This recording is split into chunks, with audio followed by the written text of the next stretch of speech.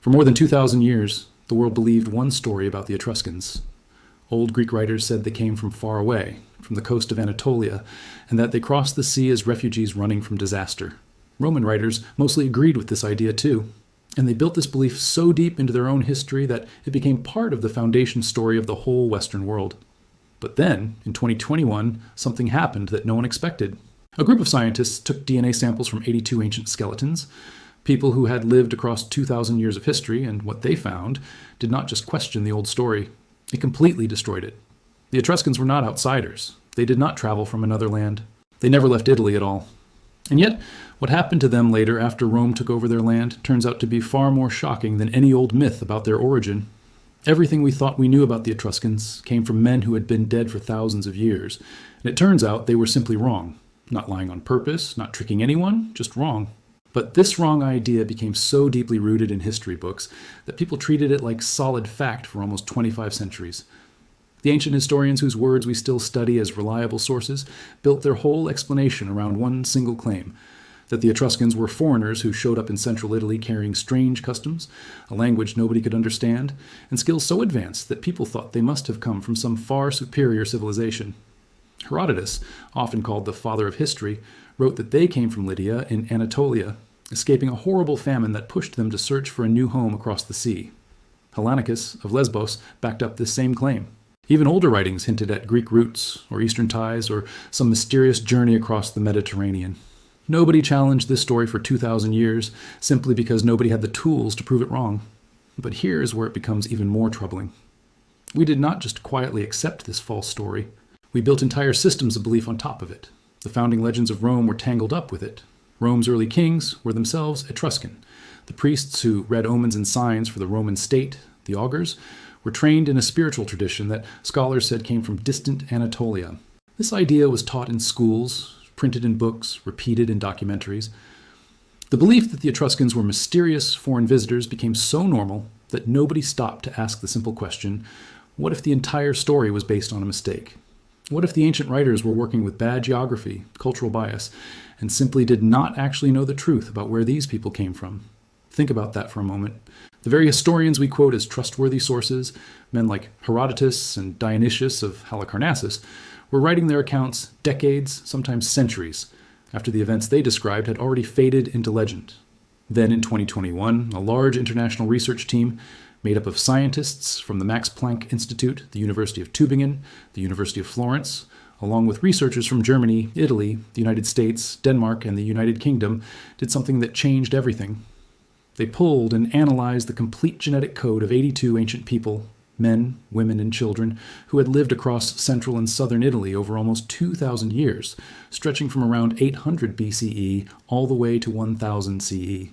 They published their results in the respected journal Science Advances. And what they discovered was not just an interesting surprise, it was the total collapse of one of the most important founding myths in Western history. The Etruscans never came from Anatolia. They were never refugees crossing the sea. They were never strange outsiders who arrived with advanced knowledge from a foreign land. They were locals, born from Italian soil itself, and genetically almost identical to the Latin people who lived just a short distance south of them near Rome. Think carefully about what that really means. Every single classical writer who claimed the Etruscans crossed the sea from somewhere else was wrong. Not slightly wrong, not partly wrong, but completely and provably wrong, according to genetic science. The research team found absolutely no sign, not a hint, not a trace, of recent genetic mixing from Anatolia in any of the Etruscan samples. If a large group of people had actually migrated from Lydia around 1200 BCE, their DNA signature would show up clearly in the ancient remains. It would be unmistakable, standing out like a foreign thread woven into local cloth. Instead, the data told a much deeper story. The genetic roots of the Etruscans came from the exact same three ancient population groups found across all of Iron Age Italy. They carried the ancestry of Neolithic farmers who had arrived from Anatolia thousands of years before, but that migration had happened so long ago that it had already blended completely into the local population long before Etruscan civilization ever formed. They carried steppe-related ancestry from Bronze Age herders, who had spread across Europe as Indo-European groups expanded outward. And they carried the ancestry of Western European hunter-gatherers who had lived on the peninsula since the end of the last ice age. In simple words, the Etruscans were Italian, completely, undeniably Italian. The genetic evidence shows they had large amounts of the same steppe-related ancestry found in their Latin neighbors, the same ancestry components shared with other Iron Age Italic groups, and the same biological history spread across the whole peninsula. And this was true despite their language being completely different from everyone around them, a non-Indo-European mystery that scholars still have not fully translated. It was also true despite their unique art and culture, the very things that impressed Greek and Roman writers so much. Genetically, though, the Etruscans were no different from the people living beside them. Their metalwork, their artistic style, their religious traditions, none of it required a foreign origin story. It simply required something more powerful, a population developing on its own, in one place, over thousands of years. But this brings up a question that traditional scholars of Etruscan history never really solved. If the Etruscans were local people, native to Italy from the start, how did they keep such a completely different language for so long? How did a non-Indo-European language survive and continue while the whole region around it was slowly filling up with Indo-European speakers during the Bronze Age? The genetic evidence now points to a likely answer, a long process of mixing and blending that happened over several centuries, possibly involving the absorption of early Italic-speaking groups into a community that already spoke the Etruscan language before they arrived. Picture what that actually means. During the 2nd millennium BCE, Indo-European peoples were pouring into the Italian peninsula from the steppes of Eurasia. They brought their languages, their genes, and their traditions with them. All across Europe, the Bronze Age was a time of massive change, and yet somehow the Etruscan language survived. It did not disappear. It did not get swallowed up by Latin. It stayed alive, spoken and used, right up until the Roman imperial era, when it finally faded away as Latin took over and Rome absorbed Etruria completely. This kind of survival tells us something remarkable, that this was a community with such strong cultural identity, such a stable social structure, that it could keep its own language alive even while absorbing genetic material, and probably cultural habits too, from the Indo-European groups arriving around them. That is not how a recently arrived group of migrants behaves. That is how an already established civilization defends its own identity against outside pressure. And this is exactly where the story takes its darkest turn, because the genetic evidence reveals something that completely changes how we should understand Etruscan history. For roughly 800 years, spanning the Iron Age and continuing into the early years of Roman Republican expansion, the Etruscan gene pool stayed remarkably steady and consistent. Even with a few outsiders arriving occasionally from Central Europe, North Africa, and the Near East, the core genetic makeup of Etruscan communities barely changed. The research team found small numbers of foreign individuals in the archaeological record, but they were rare exceptions inside an otherwise very consistent population. This stability was almost shocking in how uniform it was. 800 years of continuous genetic identity. 800 years where one distinct group of people kept their bloodline, their ancestry, and their biological makeup intact, even while the political world around them in Italy was transforming completely. Rome was growing in power. Greek colonies were thriving in the south. Trade networks were expanding across the region. Empires were rising and clashing. And through all of it, the Etruscan gene pool, the core biological identity of the people, descended from the Etruscans, stayed locked in place.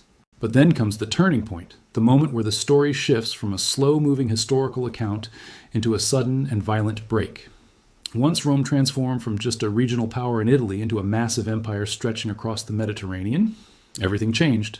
And I mean everything. During the Roman imperial period, starting around 27 BCE with the rise of Augustus and continuing for the next 500 years, the genetic makeup of central Italy went through a change so fast, so massive, and so total that it is hard to describe using calm academic language.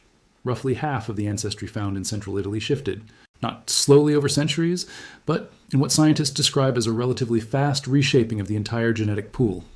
Central Italian populations absorbed a huge amount of ancestry from the eastern Mediterranean. Researchers studying this shift, in interviews they later gave, described it as a sudden population-wide change. Sudden. Not gradual. Sudden. So what does it actually mean for half of a population's ancestry to shift like this? It means that by the time the Roman imperial era was firmly in place, the descendants of the ancient Etruscans had become genetically different from their own Iron Age ancestors. Half of their DNA now traced back to sources in the eastern Mediterranean. One of the lead researchers on this study, Cosimo Posth from the University of Tübingen, explained in interviews that this genetic shift was, to a large extent, driven by enslaved people, but also by soldiers and merchants moving through the empire. Sit with that for a second. Rome was not simply conquering Etruria and taking over its administration. Rome was moving entire populations of people from across the eastern Mediterranean, from the Levant, from Egypt, from Syria, from North Africa, were being relocated into central Italy. Enslaved people were forced to work the huge agricultural estates that Rome's wealthy elite built up using riches taken from conquered lands. Soldiers from border regions and eastern provinces were stationed across Italy to keep control and guard the peninsula. Merchants and traders traveled along the growing trade routes, connecting Rome to every corner of its empire. And as these newly arrived populations mixed with the local Etruscan-descended people, whether through marriage, through living together, or through far more forceful and coercive means, they left behind a genetic mark so powerful that it reshaped the biological identity of central Italy within only a handful of generations. Think about what this means for the identity of the Etruscan people. For 800 years, they had held onto their genetic and cultural continuity despite enormous political and military pressure surrounding them. Their language survived even as Latin grew more powerful. Their religious customs shaped Roman belief systems. Their art influenced Greek and Roman style. And then, within just a few generations during the early Roman imperial era, their biological makeup was fundamentally rewritten. The people living in the same towns, working the same land, and carrying forward the same cultural traditions as their Iron Age ancestors were, by roughly 100 CE, genetically transformed. They were no longer the same population that had existed back in 800 BCE. Rome did not just conquer the Etruscans politically. Rome remade them biologically. This was not genocide in the way we usually think of that word. It was something quieter, and in some ways even more complete, a demographic replacement carried out through the constant, deliberate movement of foreign populations into conquered land. The medieval period that followed brought even more genetic change. Northern European ancestry, Germanic influence from the Great Migration era, appeared across central Italy in the early medieval period, as the collapse of Roman government structures opened the door for Germanic groups to move into former Roman territory. By the time modern genetic testing shows us what central Italian populations look like today, that genetic landscape had already been shaped by wave after wave of migration and mixing. Ancient hunter-gatherers, Neolithic farmers, Bronze Age steppe peoples, the massive Roman-era influx from the eastern Mediterranean, medieval Germanic arrivals, and countless smaller contributions from traders, settlers, and conquerors across the centuries. The Etruscans, as a distinct genetic population, simply stopped existing. Not suddenly, not through a single catastrophe, but slowly, definitely, and completely. Their biological identity was absorbed, reshaped, and ultimately erased through demographic forces that Rome itself had set into motion. But here is what makes this story so unsettling. Even though the Etruscans left no direct genetic trace in the population that followed them, something of their culture survived, and it survived through the very people who had conquered them. The Romans took on Etruscan religious customs. Roman priests, the augurs, learned to read the will of the gods using methods of divination that came directly from Etruscan tradition. The fasces, that bundle of rods that became a symbol of Roman state power, came from Etruria. Even the toga itself, the clothing that came to represent Roman citizenship, was adapted from Etruscan fashion. In other words, the Romans became the cultural heirs of the very civilization they were simultaneously wiping out biologically. This creates a strange puzzle that historians are still trying to fully understand. How can a people's cultural influence continue after their genetic identity has essentially disappeared? How can the descendants of populations that absorbed the Etruscans carry forward Etruscan cultural traditions when they are no longer, genetically speaking, mostly Etruscan at all? The answer lies in the fact that culture does not travel the same way genes do. You can pass down your language, your religious beliefs, and your artistic traditions to your children even after your genetic makeup has been dramatically changed through mixing with other populations. Culture can outlive genetic replacement because culture exists on a completely different level than biology. The people living in Tuscany during and after the Roman imperial period inherited Etruscan cultural practices, even as their genetic ancestry increasingly came from the eastern Mediterranean, and later from Germanic sources. The region itself kept a kind of continuity even as the Etruscans, understood as a distinct biological group, faded away entirely. This difference between regional continuity and population-level genetic change is essential to understanding what this genetic research is actually telling us. And there is something even deeper the research reveals about how populations settle and stabilize. The data shows that once this massive Roman-era genetic shift had happened, the gene pool of central Italy eventually settled down again. The populations living in Tuscany, Lazio, and Basilicata during the early medieval period, and continuing right up to today, show clear continuity with that post-imperial genetic makeup. This suggests that the basic genetic foundation of modern Central Italians was largely set somewhere between 1,000 and 2,000 years ago. The dramatic changes happened during specific historical periods, with the Roman imperial era standing out as the most extreme. But once that new foundation was set, the genetic composition stayed fairly stable from then on. Modern Italians in these regions today carry within them a complicated mix of ancestry: Bronze Age locals, Mediterranean traders, Roman soldiers, Germanic settlers, and countless other people whose individual identities have been lost to time. What makes this genetic story so scientifically groundbreaking is the sheer amount of time it covers. The researchers studied individuals spanning 2,000 years, which let them track change not just across decades or single centuries, but across the entire sweep of ancient history right into the medieval world. This long view allowed them to spot patterns that shorter studies could never have detected: the long stretch of stability during the Iron Age, the sudden and dramatic rupture of the imperial period, and the settling of a new genetic identity during the medieval era. None of this is guesswork or theory. This is a direct reading of ancient genetic material pulled from actual skeletons, studied using modern scientific tools, and interpreted with statistical methods precise enough to tell the difference between random variation and a real population-wide shift. The impact of this research reaches far beyond ancient history. It shows how genetic evidence can completely disprove long-held historical beliefs. It shows that depending only on ancient written accounts, while still valuable in many ways, can lead us badly astray when it comes to questions about where people came from and how populations changed over time. The ancient writers were not lying to us. They were simply mistaken, working with limited geographic knowledge and cultural assumptions that led them to the wrong conclusions about Etruscan origins. And yet, we treated their accounts as the final word for 2,000 years, mainly because they were the only sources we had. Now we have a new kind of source. The genetic record itself, written into DNA, preserved inside bone, readable through modern scientific tools. So, the true story of the Etruscans is not a tale of mysterious strangers arriving in Italy carrying advanced civilization from somewhere far away. It is the story of a local population that built its own distinctive culture, held onto its own language against enormous outside pressure, and was later transformed genetically through demographic forces unleashed by Roman imperial expansion. It is a story where cultural survival happened at the same time as biological replacement. It reminds us that the labels we use to describe ancient peoples, Etruscan, Latin, Roman, may not line up neatly with biological reality at all. An Etruscan living in the 3rd century CE might have carried ancestry that was half Eastern Mediterranean and half local Italian, yet still practiced Etruscan religious traditions, and lived in territory that had always been considered Etruscan land. Identity is complicated. Genetics gives us precision, but not the whole picture. History is always messier than any single explanation can capture. And this leads to a question that even this research cannot fully answer.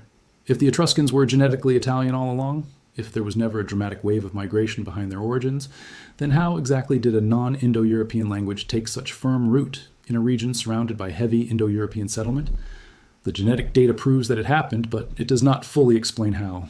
That part of the story, pieced together from archaeology, linguistics, and genetics combined, remains only partly understood. And maybe that is fitting for a civilization that has puzzled scholars for 25 centuries. This research also forces us to confront uncomfortable questions about identity in the modern world. And we often talk about peoples and nations as if they are fixed biological categories with a single unbroken line stretching back through time. The Etruscans complicate that entire idea. A modern person living in Tuscany today has inherited Etruscan cultural traditions simply through regional continuity, yet may carry very little direct Etruscan biological ancestry. Does that make them any less connected to the Etruscans than someone living elsewhere who happens, purely by chance, to carry a higher share of Iron Age Italian ancestry? These questions might seem abstract until you realize similar situations exist all over the world, places where cultural identity, genetic ancestry, geography, and historical memory simply do not line up neatly. The Etruscans show us that a civilization's cultural essence can survive and travel forward even after its biological identity has been completely transformed. That is a powerful lesson about what it truly means to inherit a language, a culture, and a homeland. What stands out most about this genetic evidence is how it both undermines and partly confirms the old classical accounts at the same time.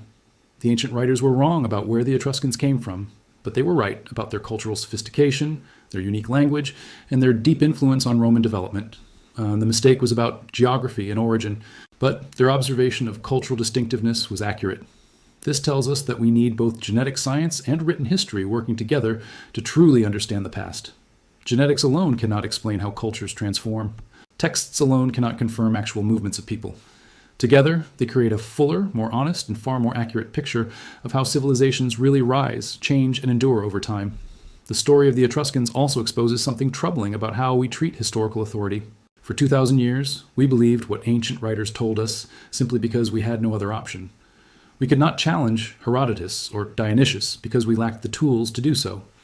The fact that modern genetic science can now completely disprove their central claims should make us far more humble about the limits of old authority, the risks of blindly trusting written text, and the real possibility that other stories we treat as settled fact could be just as fragile once new evidence arrives. How many other foundational stories from Western history are standing on equally shaky ground, kept alive only because nobody has yet studied the right bones or asked the right questions? The mystery of the Etruscans kept us in the dark for so long, not because it was truly unsolvable, but because we simply did not yet have the methods to solve it. And when the answer finally came, it revealed not some exotic hidden truth from a foreign land, but a local story, one far deeper, stranger, and more revealing about power, identity, and the fragile nature of civilizations than any old migration legend could ever have been.